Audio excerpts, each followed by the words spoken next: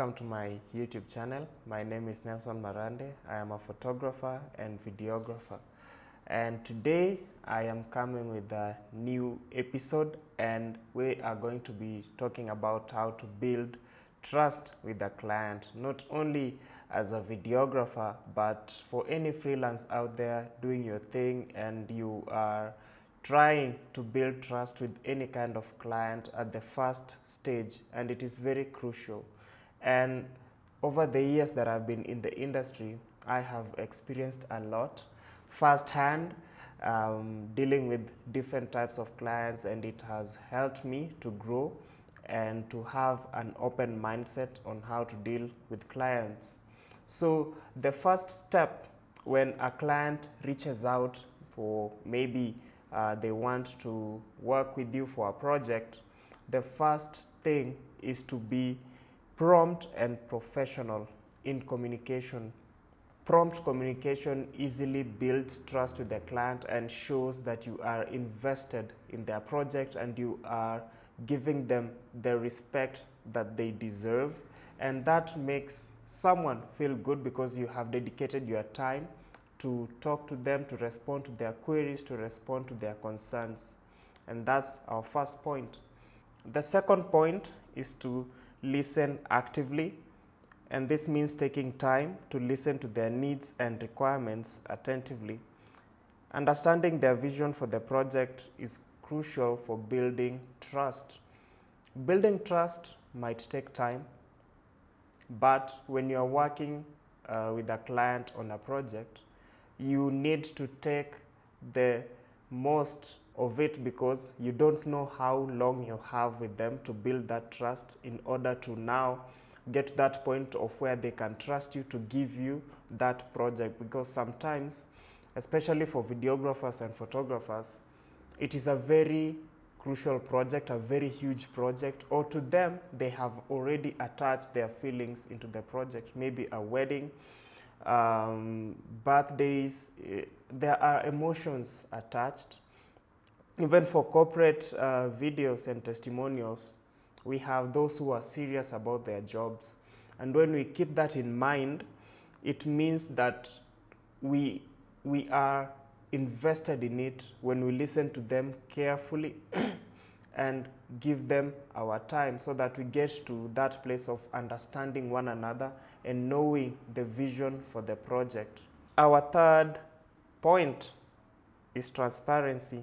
And this is very important, by the way. Transparency is very, very important, especially with things to do with pricing, the quote that you're going to send. And it is very important because this consists of money, and you don't want them to feel like you're taking advantage of them or that you are trying to con them. We need to clearly state what we can give and what they can expect from us, because for them, they already know what they're giving us. That is the gig and the money.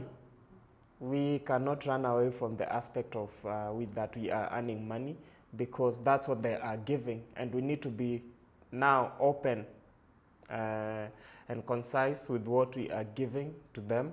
So we need to be clear so that they know what they should expect, the deliverables, the timelines, the pricing, and how you are going to work with them around that particular guideline that they give you for the project. The fourth point is provide examples. The fourth point is provide examples.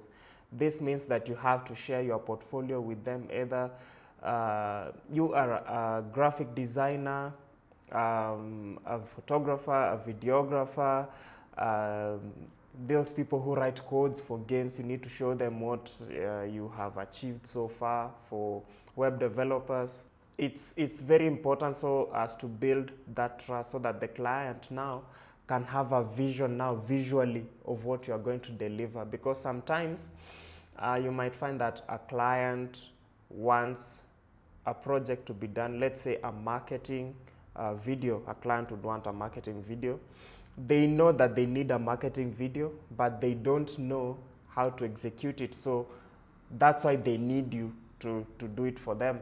Having that aspect of sharing your portfolio will enable them now to put down on paper, this is going to work for me or not.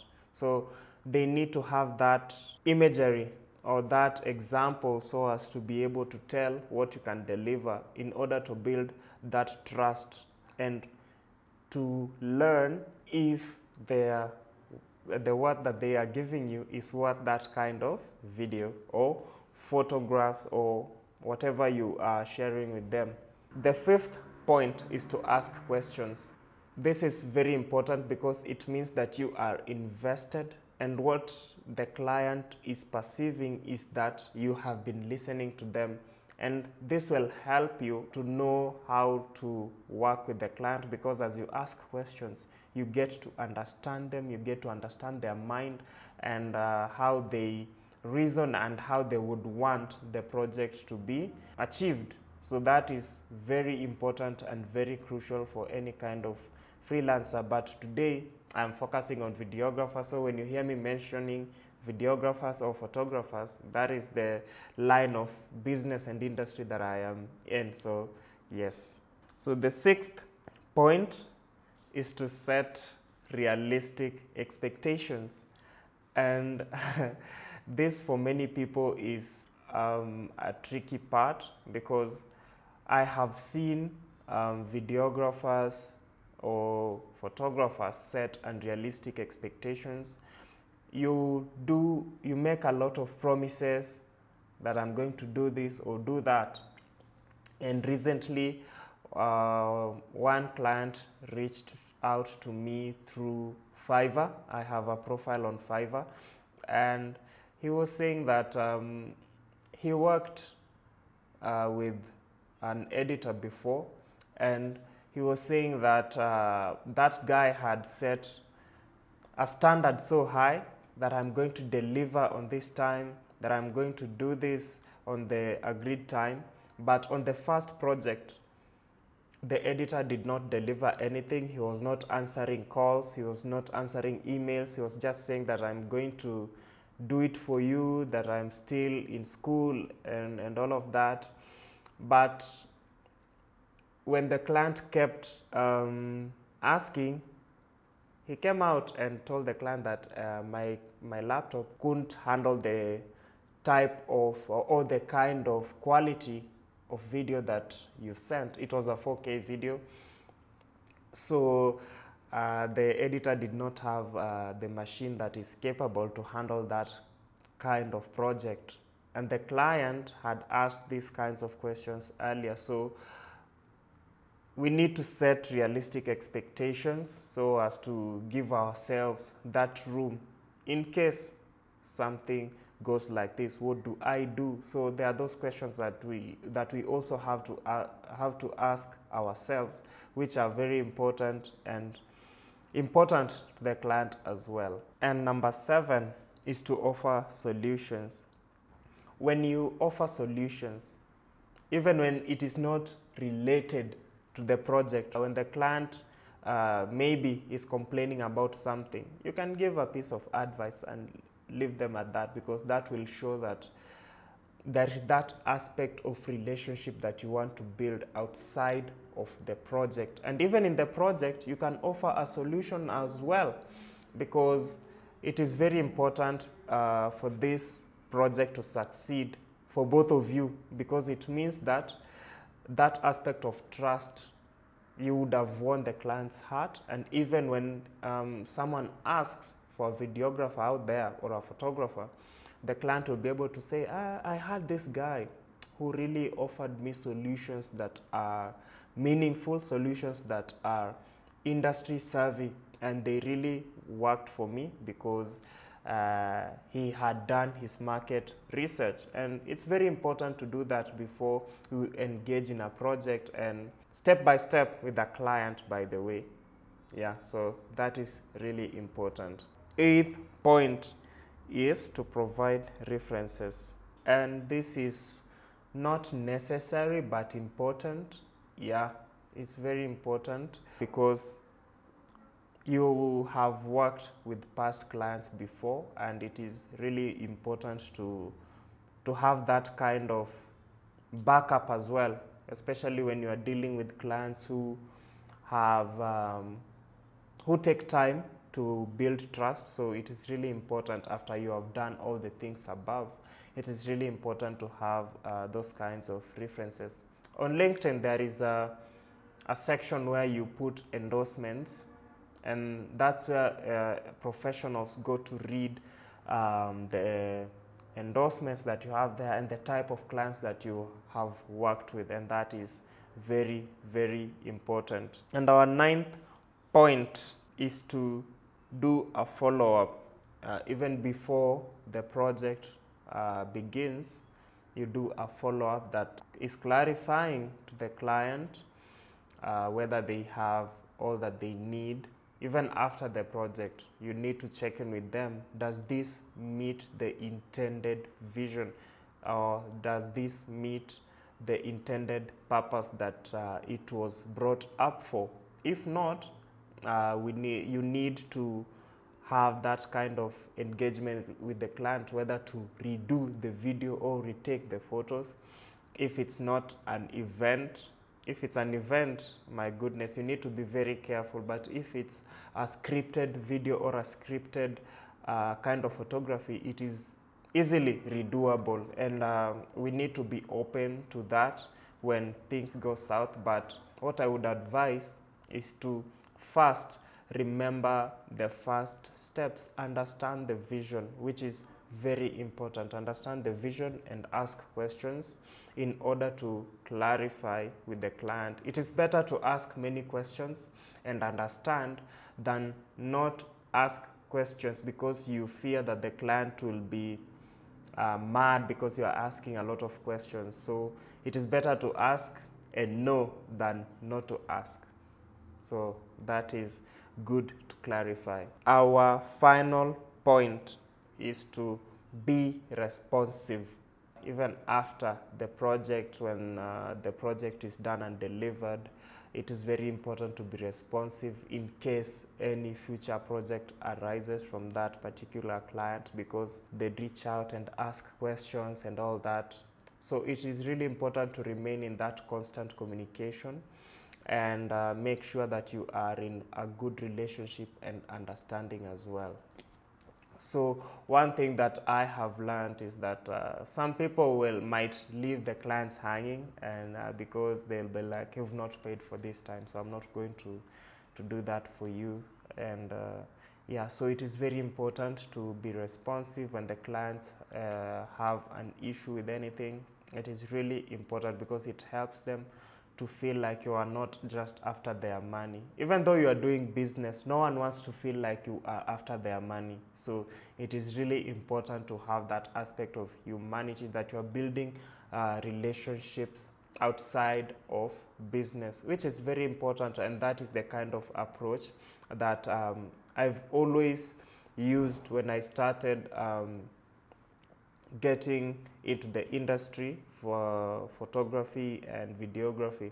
I remember there was a time that I really wanted to do corporate photography, and I was still new in the industry, and I remember it was 2019. I had done a number of events, but I wanted to get into corporate photography. So I remember I reached out to a number of companies. Some did not get back, but some did. But they never gave me an opportunity. And I remember listening to a live session from Parker Walbeck. And these are the things that he also did when he was getting into the industry. He mentioned something called free for a fee.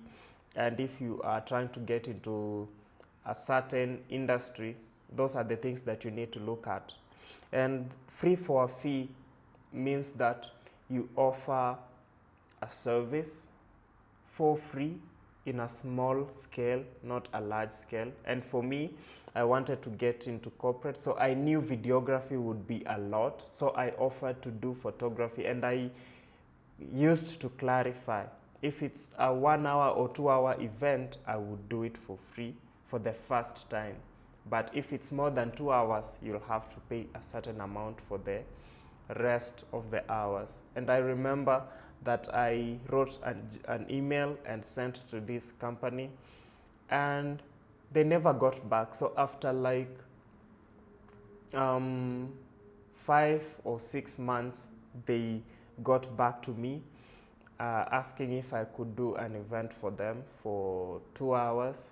And it was good. I went there with, I was using my 7D with a 50mm camera, and the photos came out so well. I was even surprised. I was not expecting that kind of quality in the photos that I delivered, and they were so happy with it. And later on, they reached out to me for so many events. We did so many projects with them, and it was amazing.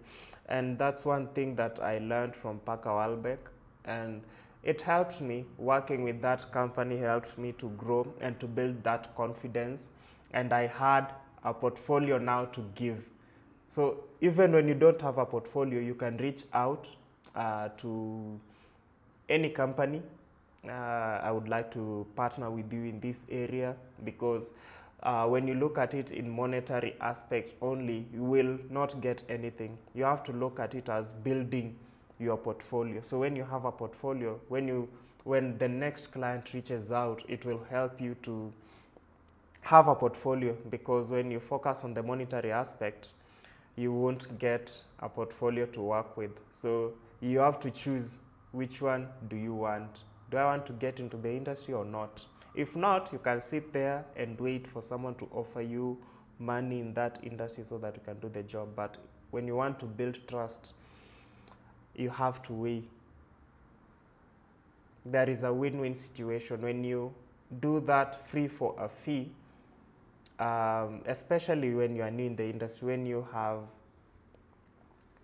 no godfather to hold your hand.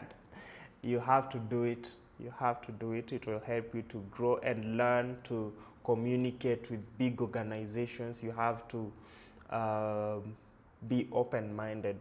Yeah, that's a bonus point that I can give, and it helps me a lot to learn to communicate with big organizations, people who have gone ahead of me in different areas. And yeah, it has been amazing. It has been an amazing journey. So that's what I can tell you for today, and I pray that these points are valid, not valid, but I pray that and I pray that these points are going to help you even as you begin your journey in photography or videography, or just as a freelancer. These points apply across the creative industry. Even for a graphic designer, they really help. So look at it and see what you can pick from it.